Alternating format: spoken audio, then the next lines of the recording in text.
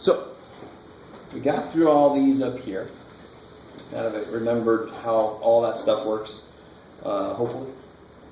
So number 2, this one shouldn't be too evil. Everybody coming into this class should be really good at solving just straight up equations. All right, so how do you start this bad boy here? Good. Distribute. Now where you have to be careful. Good, plus. That's the first really easy place to make a mistake. All right, so negative 3 then I'm bringing through. So negative 3 times negative 4 is plus 12. Equals, and over here I can... X. Good, 2x minus x is x plus 4. And now I just got to pick a side to put... well, I can get my like terms together over here. How's that work? Minus x. Good, and 2x minus 3x is negative x. Good, plus 10.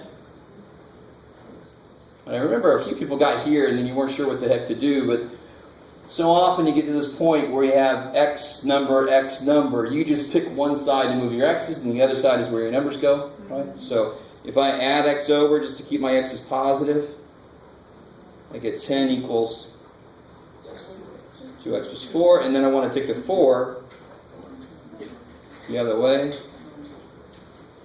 2x is 6, and therefore x is 3. Kick ass. Okay. Alright. And then what do I do over here? Why does this one suck? LCD. Good. It sucks because it's got fractions in there, but the nice thing is, and the minute I show students that you can kill fractions, you try to kill them everywhere. Right? You become a little fraction exterminator. Right? Fraction. Come here. Expendables 4. Kill the fractions. But since this is an equation, I'm allowed to multiply both sides by anything I want to except 0. So I'm going to be really smart and multiply by the number that will kill all those numbers on the bottom. Now, obviously, 3 would kill 3, but it won't kill 6 all the way. 6 would kill 6, but it won't kill 12 all the way. 12 is the LCD. It will kill all of them, right? Very violent math we do. So if I multiply everything by 12, 3 goes into 12. 4 times. 4 times 2x is 8x. 6 goes into 12 twice. 2 times 5 is 10. 12 goes into 12. Yay.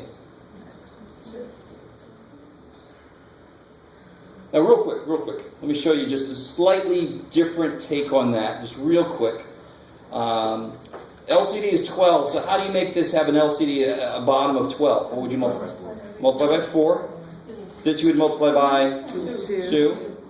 And this one you don't have to multiply, so you get 8x over 12 minus 10 over 12 equals x plus 7 over 12.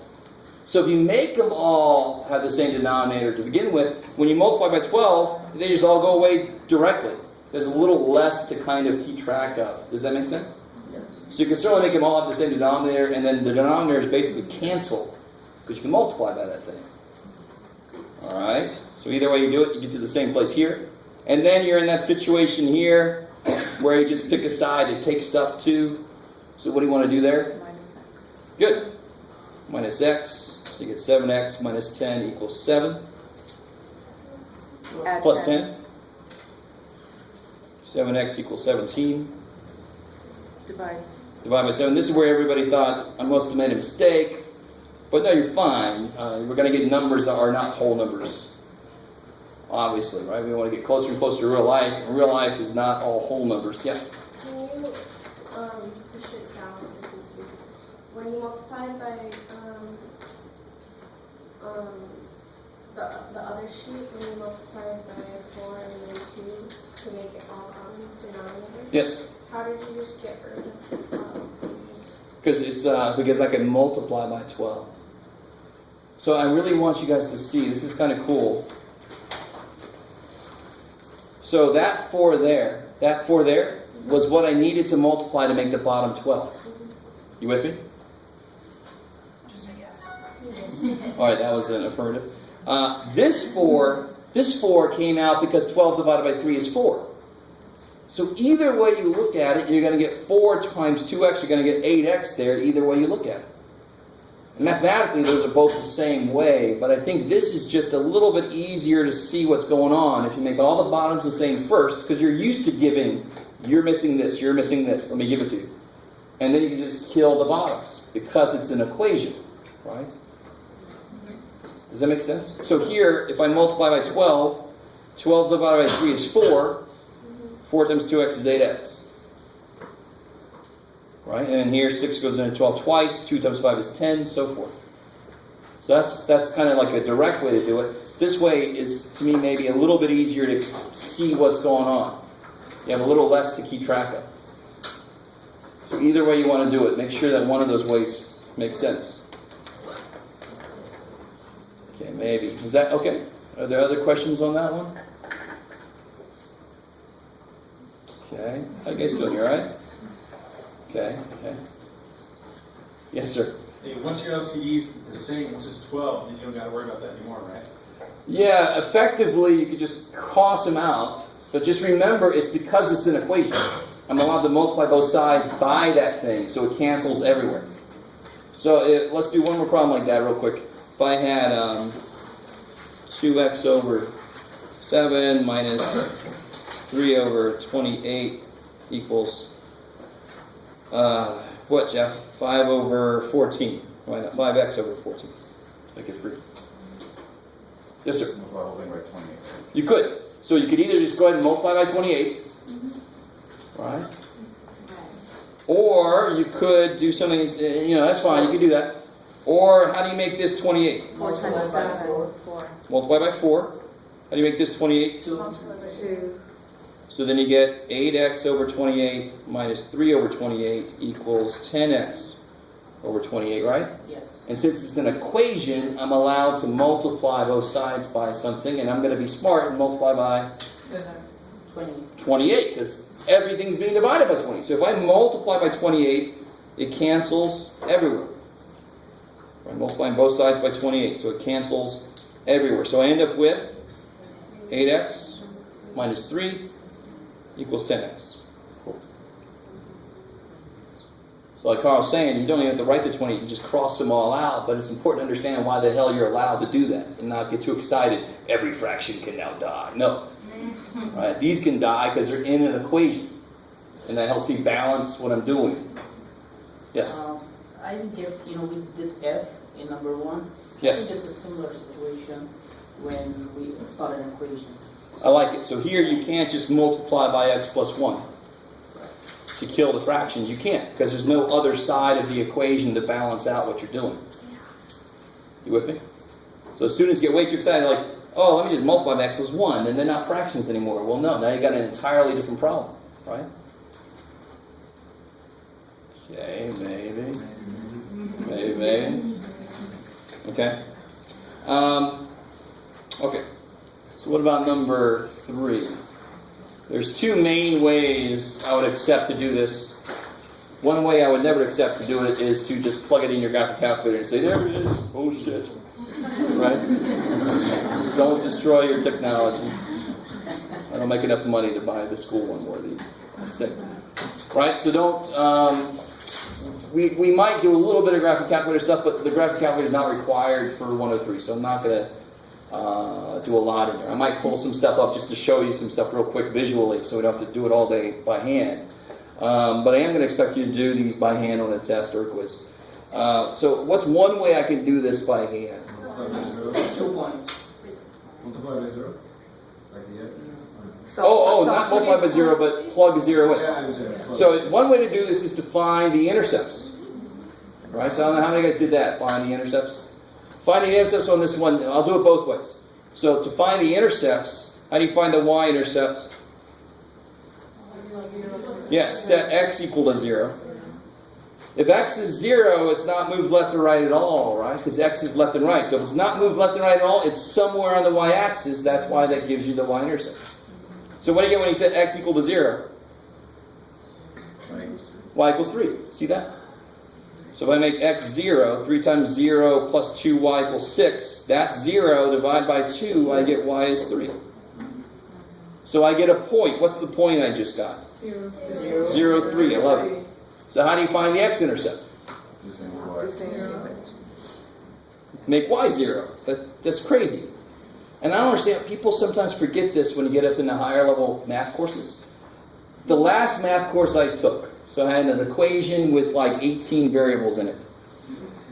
So if I wanted to get the w-intercept, I made all the other letters 0. See, so this idea carries forever, right? So you've just learned something that's true in like Math 896. That was a cool course, though. So if I set y equal to 0, what do I get? I get 3x plus twice 0 equals 6. So that's 0, so I get x equals 2. So what's the point we just figured out? 2, 0. X is 2 when y is 0. So if you plot 2, 0, where would I go?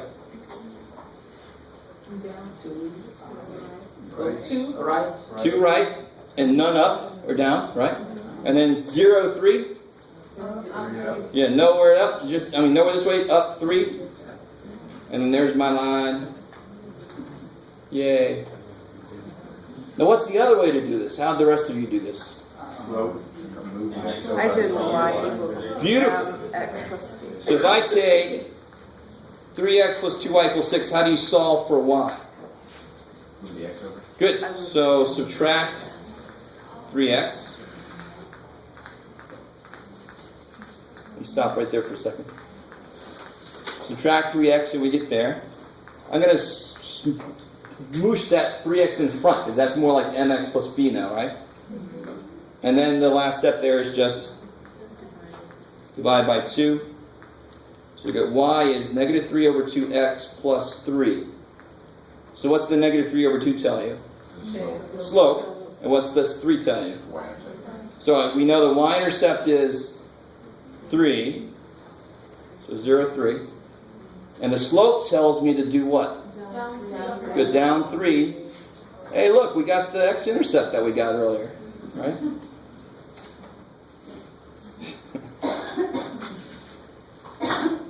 All right. How's that? Is that cool? Anybody do it a different way? Some way that I don't even know about. So those are the two main ways to do it. Okay, cool. All right. So any questions on that?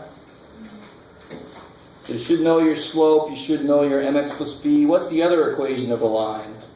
Y minus y1 equals... Yeah, so the other equation, you got y equals mx plus b. And the math creative geniuses call this slope-intercept form because it has a slope and an intercept in it. And this one comes straight from slope. Slope is y's over x's, right? So bring the x's up there, you got a whole other equation of a line. And they call this one slope point formula because that's what it's got in it. Okay. Okay?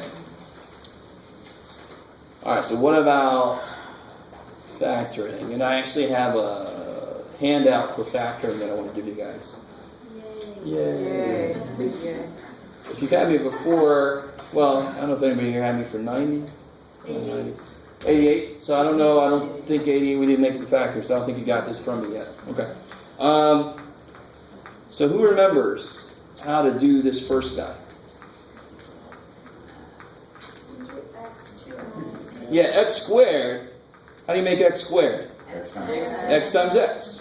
So now all I got to do is figure out what number goes here and here to multiply to be this and add to be this. It's got to be a plus and a minus because it's got to multiply to be negative. I love it. So it's got to be a plus and a minus. So what factors of 180 would give me an 8? Yeah, 18 and 10, and because this is a plus 8, the bigger guy's got to be positive. Good. 18 minus 10 is 8. So this would be x plus 18, x minus 10. You see, so you would get your x squared, you would get your minus 180, and then you get plus 18x minus 10x is the plus 8 in the middle. It's like a horse going through. What's that? Oh, that's right. That was freaky. It felt like a Monty Python thing. So you said the 8, how you said two numbers that add together but then multiply? Yes, so real quick. We'll focus this a little more later, but Okay. right now, if I had like x squared, Move down a little bit. Yeah. oh, you want to see it? Guys are so tricky. X squared plus, what do I got? 6x. Let's just do plus 5. So I know x times x is x squared. This one's kind of nice because what's the only way to break 5 up? 3 and 2. 3 times 2 is Or 5. 1. 5 times 1. Now, this is why I did this. You need numbers that do what to make 5? Yes, they got to multiply to the last two. Why do they have to do that? Because the last number would come from these two multiplying, wouldn't it? The middle number comes from this plus this, the like terms. So that's why you need two numbers that multiply to be 5, add to be 6, and there's got to be 5 and 1. Everything's positive because everything was positive, right? Now if I turn that around, if I made this x squared plus 5x plus 6, now come at me at what you were trying to do earlier. 6 and negative 1. Or 3 and 2. Everything's plus, right? So it has to be two numbers that multiply to 6 that are both positive. 3 and 2. And they have to add to be 5. 3 and 2 do that. Thank God. Alright. How are we doing? Does this sound familiar? Alright, this should be one of the last things you talked about in 90, or if you came from high school or something, you should have thought about it sometime. Before, if you never did, maybe see me. We are going to talk about it a little bit here in a bit, so let's see how we're doing on it. What about part B? What form is part B in? Does somebody know? Yeah, it could either be, whoa, come back. There you go. It could either be, it's two terms, so there could either be squares or cubes. I know it ain't a cube because one of the powers is square. So it's only a cube if you could cut everything in 3 pieces. And I can't cut 9 in 3 pieces. Right? Not additively, multiplicatively. 9 is 3 times 3. It's not something times something to something. So it's got to be squares. And if it's a difference of squares, you say, thank God, or thank whatever deity you want to thank, right? Or whatever you want to thank. Because I call it a thank God problem because all you got to do is cut everything in half. So what's 9y squared? 3y times 3y. What's 49a6? 7 8 thirds, right? Just cut everything in half. I'm sorry. Thank you. Plus minus. That plus minus makes sure that the middle term cancels, right? A lot of you guys are looking at that like you've never seen this kind of thing before. It gets me a little bit worried. Let's do a simpler problem like that. Let's do, what about x squared minus 49? Yeah, you know it's got to be x to make x squared. 7 and 7 would make 49. And see how there's no middle term? So you need these two to cancel somehow in the middle. So they have to be the exact same thing. So that's why these have got to be exactly the same thing, minus plus. So then you get minus 7x plus 7x. That's why there's no middle term. That's why there's only 2 terms. Okay? Some of you guys look like you want to beat me up. You're like, yeah, dude, you just better watch out.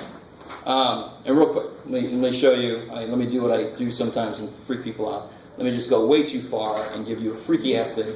81 W10. Don't worry, I don't want you to see this. Y30 minus. You like this so far?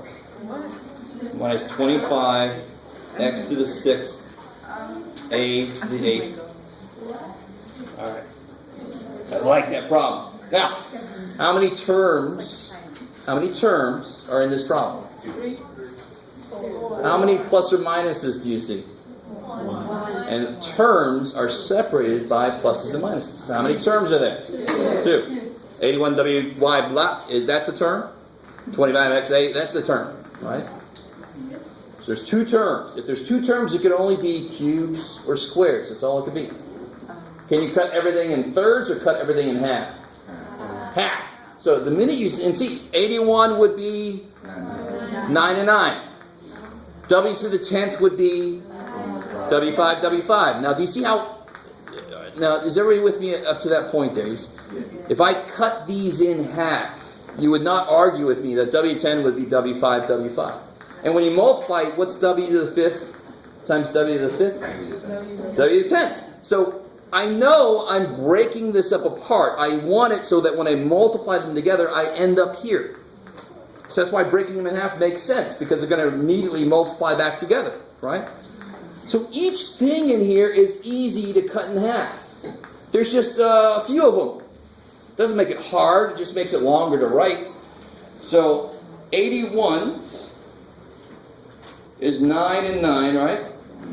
W10 would be W5, W5. That's an ugly W. Too bad. Y30 would be Y15, Y15. Minus plus 5, X3, A4. Done. Because when you multiply these together, you created it so that it would make this, right? When you multiply these together, you set it up so it would make this, right? If this is half and half, together they make the whole thing.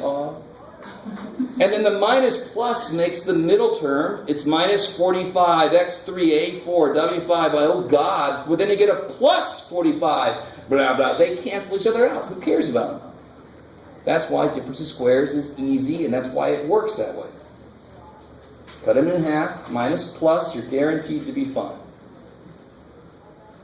So what about this? Here, just while we're on this subject. So that looks really disgusting, but I want you to realize it's just as easy as x squared minus 49. There's just more stuff to write, but it's just as easy. What if I did x squared plus 49?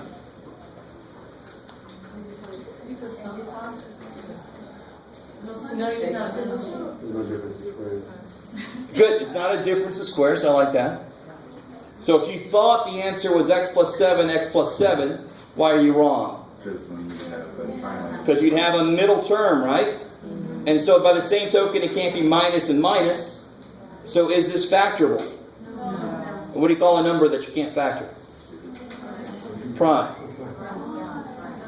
Do we need to know those terms?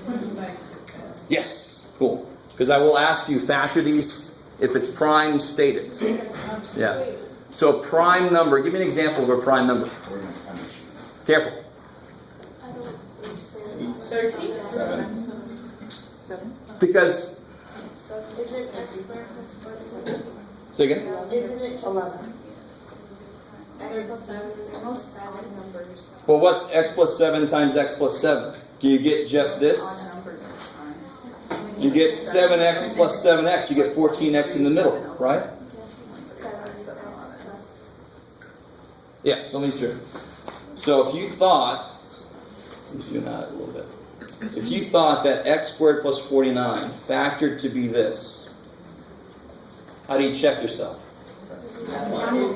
Check yourself, yeah. So you get x squared plus 14x plus 49. So can that be right?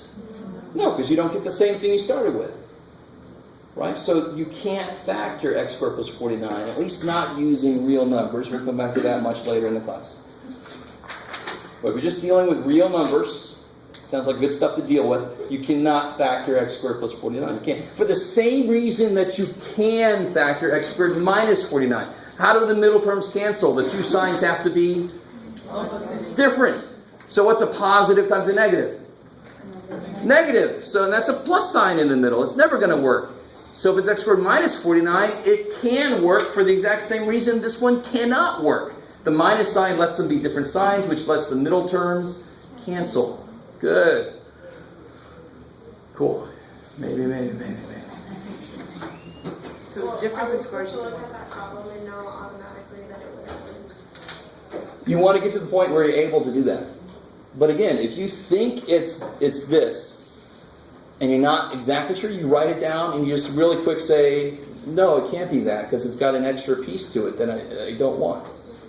So then you start to realize, oh, must be prime because the only thing I could think of doesn't work. Right? Now be really, really careful. There will be some prime stuff in the homework. There will be some prime stuff on my tests and quizzes. But don't think that there's a lot. Students are like, it's prime. It's prime. No, don't. I'm not going to put that many prime down, right? So be careful. Don't do that. Okay. Whew. Then we got this dude. Oh yes. Squares, right? Cubes. So this is definitely cubes, right? Yeah. Huh? Yeah, how do you do this one? Why are squares easy? Because squares means that you can cut everything in half. So you put one there, one there, one there, one there. Cubes, you can cut everything in thirds. So if you put one here, you have to put how many here? 2. So that overall you get 3 of everything, right? Now, this shouldn't be brand new, but normally this is the one students kind of don't like the most because you have to remember how to put it together. You can't attack it. You have to just remember where things go. So, here we go. When you realize it's a cubes, the answer is going to look like little dude, big dude. And this one when you switch the sign? Yes, because you have to cancel stuff. Same reason I had to switch a sign for the squares. I want to cancel stuff. There's only 2 terms here. So if I multiply a little dude by a big dude, normally I'm going to get a ton of terms, am I not? Normally I get a lot of terms. But remember this problem way up here?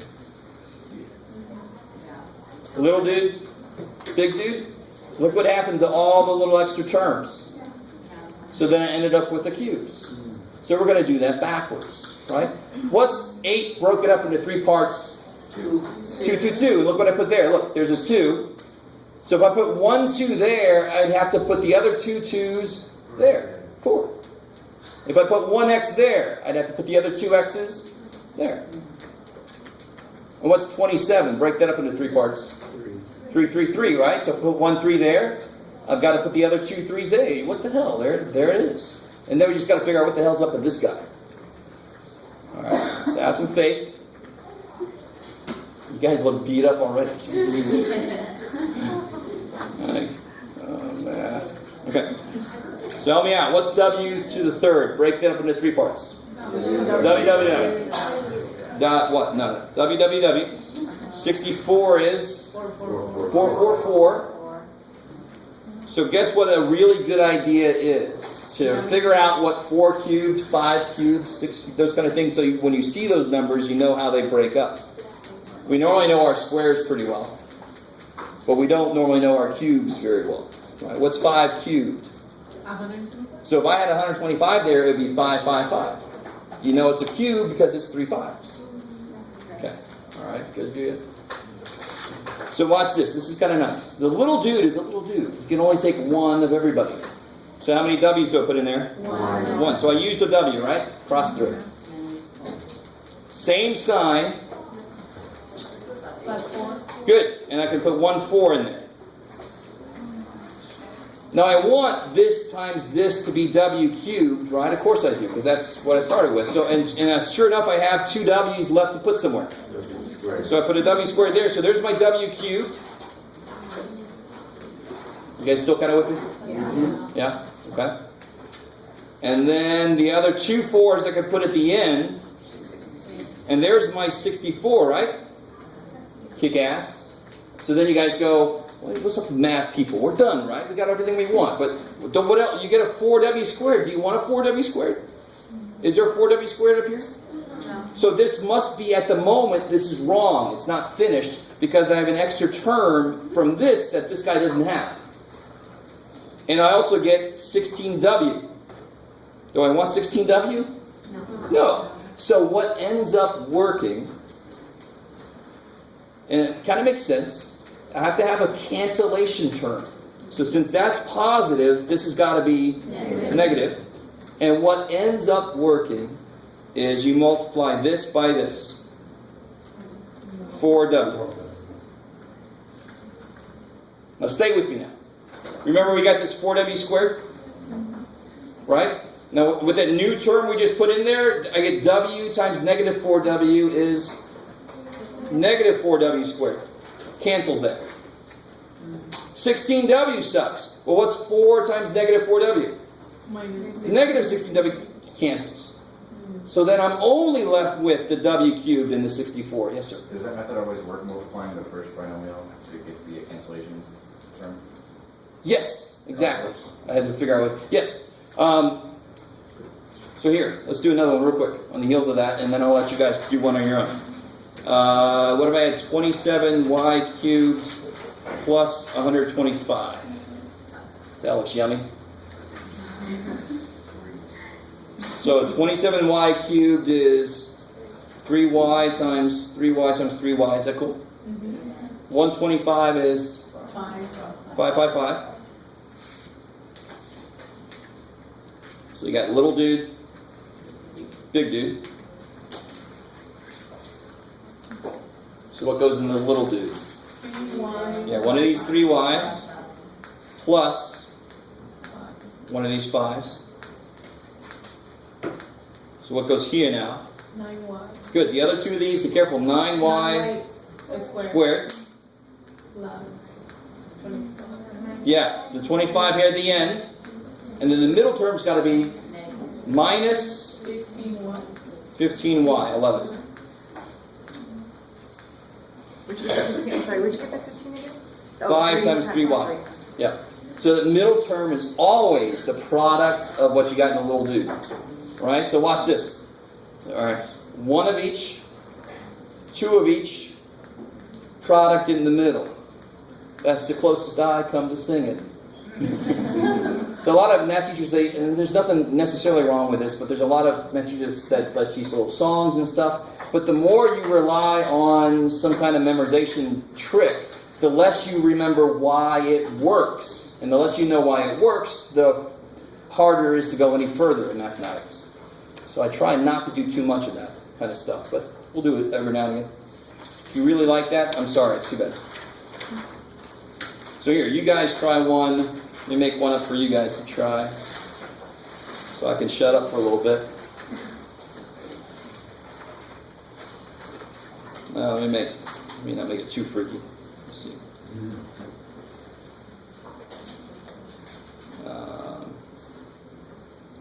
Yeah. I guess it's Y day. I'm using Y's everywhere.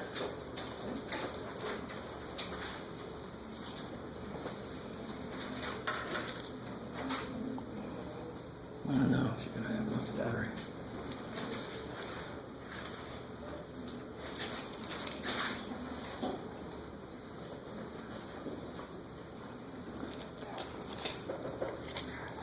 Here, while you guys are doing that, I'm going to pass out the factoring sheet here.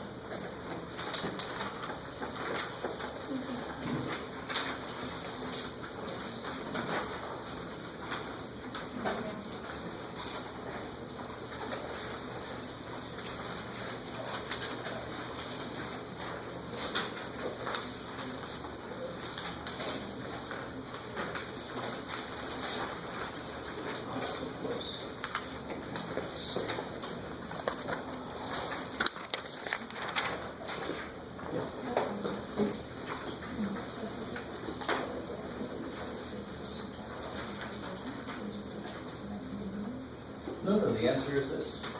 Factoring means breaking things up. Yeah. So don't, you can re-multiply and check it. But, yeah, that's done. Yeah. Alright, so you got I'm going to pass this out a little bit later.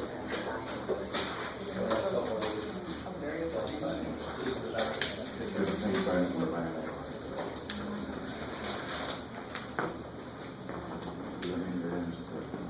Everybody got one of those? Okay.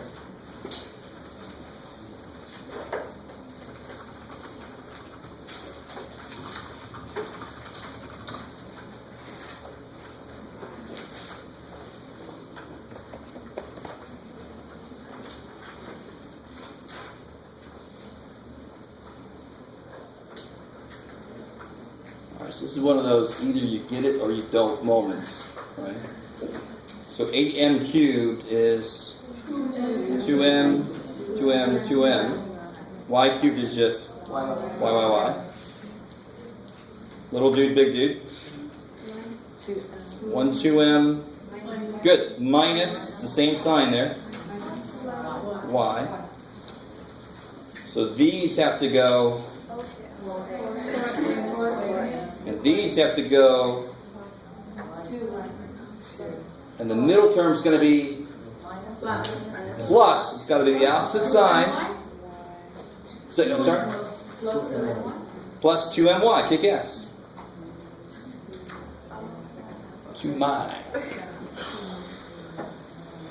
How are we doing?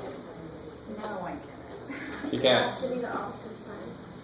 Yes, exactly. So this has got to be the opposite sign of this, and this is the same sign as that.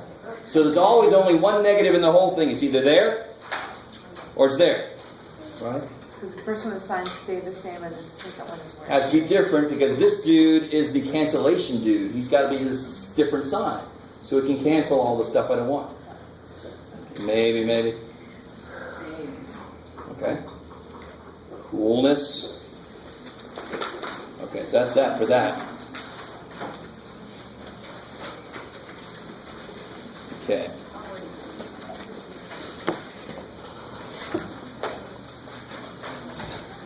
No, I don't want you over here. So now let's get into chapter 9 proper.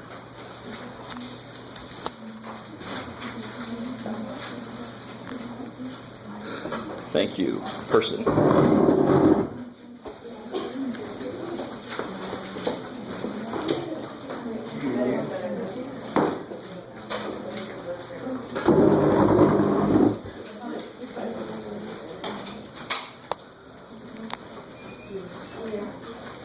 Okay, good.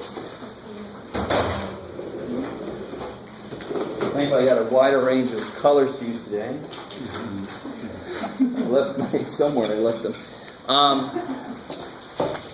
So we're going to kind of run through the sections in chapter 9. I'm going to go possibly a little quickly through some stuff, so definitely slow me down if you need to. 9.2 deals with solvent equations. So I'm not going to really spend a lot of time in section 9.2. It also deals with inequality stuff. We haven't done some inequality stuff yet.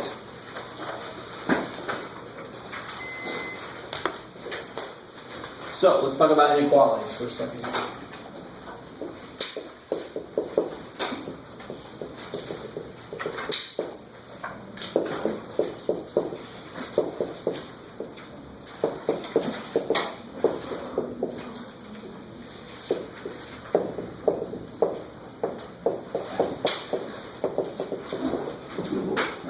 Solve, graph, give answer, and interval notation.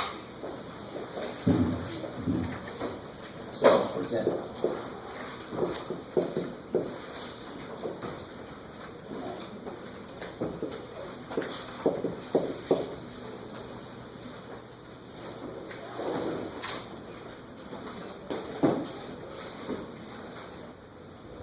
what's the only real difference between solving an equation and an inequality? The sign. Yeah, you got to be careful about the sign. And real quick, I don't know if anybody's ever shown you Y. What's a variable? For X. Something's not, No. What's a variable? something's not a number It's a equation. number. Yeah, it's a number. It's a number I don't know yet. So whatever the hell numbers do, variables also have to do. You with me? Because a variable is just a number I don't know yet. So if numbers do a certain thing, variables have to do the same damn thing because they are the same thing. They are numbers. So tell me this real quick. Which one of those is bigger? One. Beautiful. Thank God. If I divide or multiply both sides by -1, what is -2 divided by -1?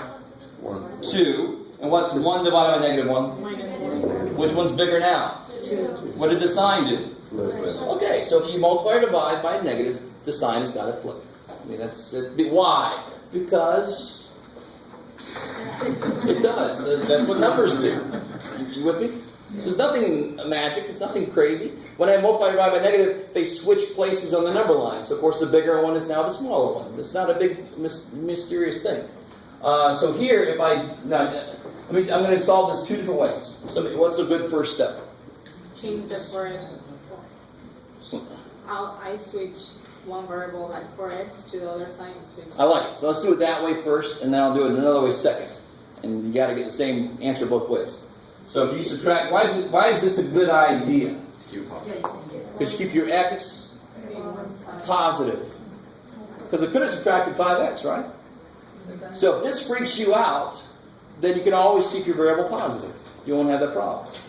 So that's gone there. So you get -3 less than or equal to X plus 1. Subtract 1. Subtract 1. Now the mistake people make, your variable's on the wrong side to be able to really see this. Because I don't know if teachers have ever told you, you shade in the direction the arrow is pointing when the variable is on this side, when the variable's on the left side. So I wouldn't say, this is -4, and I wouldn't shade down, because my answer is X is bigger than, so I want to turn this around. So it's a little easier to see what's going on, right? How are we doing so far? So as long as your variable is on that side, this points you in the direction of shade. Now somebody know, what symbol do I put on the -4? Yeah. We used to put a closed circle. No, it's a bracket. You used to put a closed circle. Now we're going to put a bracket. It's closed. Right? The reason we do that is, have you guys talked about interval notation? Hopefully you have. Interval notation uses those symbols, so we just want to make everything agree with each other. Right? Interval notation doesn't use closed circles. Right? What does this mean? What does that closed circle mean? That means what is it? Equal. Include. And this symbol looks like an I for include that somebody just erased part of it. So the bracket means include. Yes, sir? When you drop it, doesn't include that. Good. Normally we used to draw an open circle, right? Well, now we do, we're just lazy. We just don't put the whole circle there. So now we would put a parenthesis. Parenthesis means don't include. Bracket means include. Parenthesis is an open circle. Bracket is a closed circle. Okay, I like it. Maybe. So on the -4, which way am I going to shade? Bigger. Down. That way. So then I want my bracket to open that way. Does that make sense? And then I would shade up. So let me just stop right there for a second. So if that would have said X greater than -4, the only difference is I would have put, you're thinking ahead, two dimensions. I would have put a parenthesis there. That's all. Like an open circle, but a parenthesis there. So what about interval notation? What would interval notation look like? Bracket. Yeah, so interval notation, for those of you, a few of you guys seem to not have seen it before. And I just got to figure out who your teachers are and go hit them upside the I've head. seen it, but not like that. Yeah, I've never seen that. Maybe Gotcha. I know it, but So what's the smallest number this could be? -4. -4. Comma, what's the biggest number it could be? Infinity. I love it. The symbol I used here is the symbol I used here. And infinity, can you ever include infinity? If you include infinity, that means you've made it there. If you make it to infinity, that's basically nirvana. Right? And if you do that, let me know. I want to see what that means. Right? Or unless you become pure energy, I don't know. Just talk to me through my computer or something. So it always is a parenthesis and an infinity because you can't get there. If you think you did, take one more step. Oh shit. Right? Sorry. And plus, Mr. Guy, don't do this. Because then you're saying, there's infinity. Right? But then, what's this? So you can't find infinity on your number line. Sounds like some kind of deep philosophical thing, but no, you can't do it. Alright, so let me give you guys, here, you guys try this one, totally on your own. Still all the same, you got to do all this stuff. Oh shoot, I did say I was going to do that 2 ways tonight. So really quick, just to show you get the same answer if you do this a different way. You don't even have to write this down if you don't want to. If I would have subtracted 5x and then added 3, do you see what's interesting? The sign should be the other way, right? So that's and that's not why this is true. And we know why it's true because it just has to flip. But you can see why it's got to flip also because it's what's supposed to be. So I have to do this. I have to flip that sign because I divided by a -1, right? Mm-hmm. So if you divide by a negative, not if there's a negative in your problem, but if you divide or multiply by negative, the inequality's got to flip. Yes, sir. Okay. 12%. He'll make it a little bit longer. All right. So you got the same answer. It would have been all the same stuff from there. Is that cool? So you can do it either way you want to. Okay. So you guys do this.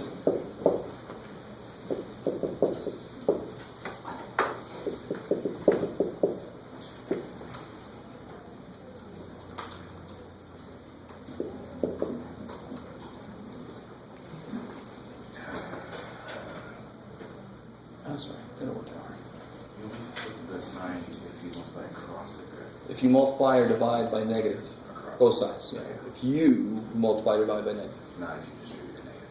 Yeah, not if there's a negative in there somewhere. Yeah.